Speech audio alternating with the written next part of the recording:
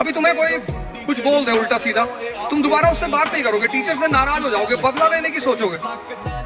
और एक लड़का स्कूल जाता है, उसको अपना बोरा लेके जाना पड़ता है एवरी डे। वो वहां स्कूल में नहीं रख सकता, उसको डेली लेके जाना है। क्यों? क्योंकि वो अनटचेबल है, उसका बोरा चपरासी नहीं उठाएगा। तो हर दिन उसे अपना बोरा लेके जाना है एवरी डे, यानी हर दिन ह्यूमिलिएशन। और फिर भी वो आदमी जाता है। ब्रिटिश पीरियड में 80% जनता अनपढ़ थी, तब पर भी इतने न्यूज़पेपर छपते थे। और लॉर्ड लिट्टन को न्यूज़पेपर पर प्रतिबंध लगाना पड़ा था, वर्नाकुलर प्रेस एक्ट लेकर आया था वो।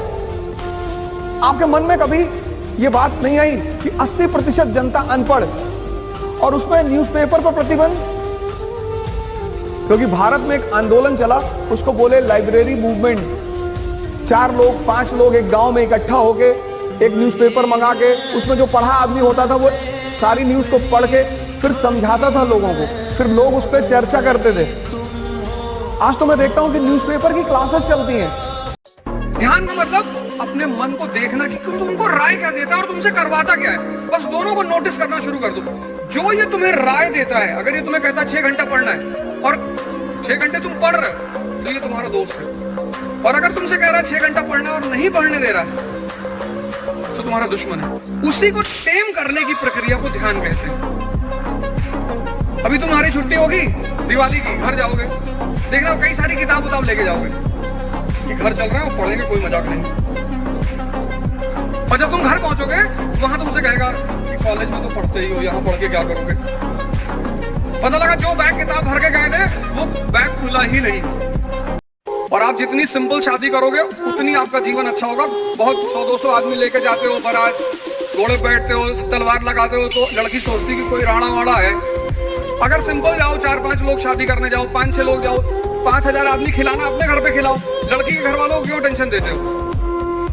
और डाउरी मत मांगना, वो भिखमंगों का काम है। और लड़कियों को तो मैं कहूंगा डाउरी देना तो एक ही शर्त में, तो जब यूपीएससी क्लास लेता हूं तो मैं लड़कियों से कहता हूं कि जब तुम आईएएस बन जाना है तो डाउरी देना कोई बात नहीं, दे दो, पर एक शर्त पे देना, यहाँ लिखवा देना कि मैं भिखमंगा, मेरी पत्नी भिखमंगन। तुमको लोग घमंडी बोलेंगे कि घमंडी है, कुछ भी बोले, बोलने दो। अपना समय किसी को मत दो। नहीं पढ़ रहे हो, जिम चले आओ, शरीर में ताकत बढ़ रही है।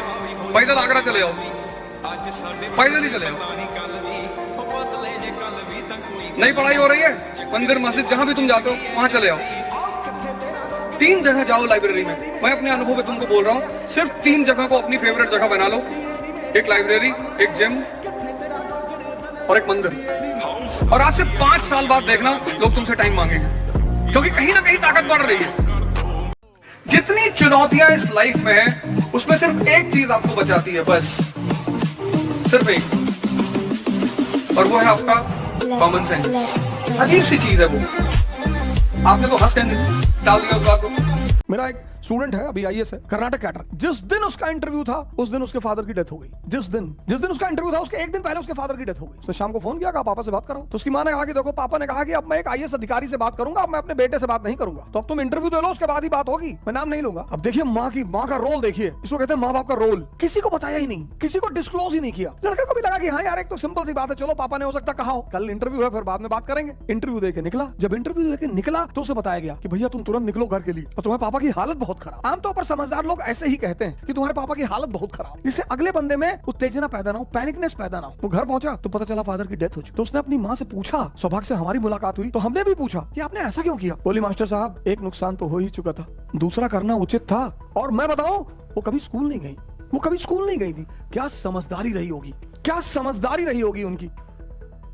एक लड़के ने, उसकी गर्लफ्रेंड की शादी हो रही थी। अरे हो जाती है यार शादी, इसमें इतना।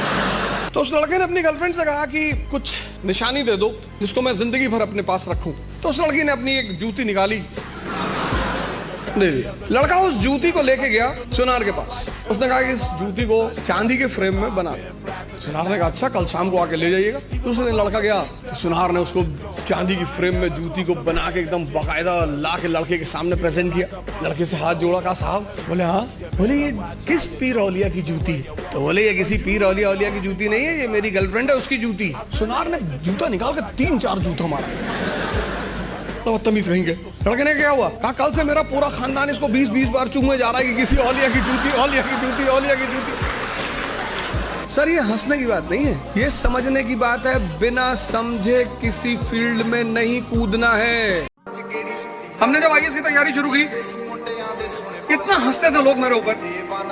अच्छा, उनका हंसना जायज भी था, हमें कुछ आता ही नहीं था, तो उनको लगता है कि तुम आईएएस बनोगे। हमने कहा कोशिश करने में क्या जाता है। एक हमारे सीनियर थे, वो तो इतना हंसे बेचारे, इतना हंसे कि उनका एक दोस्त था, वो उनको पकड़ के दूसरे कमरे में ले गया। पहली बार मुझे पता चला कि हंसी कितना कष्ट देती है। तो मुझे द्रौपदी की याद आई।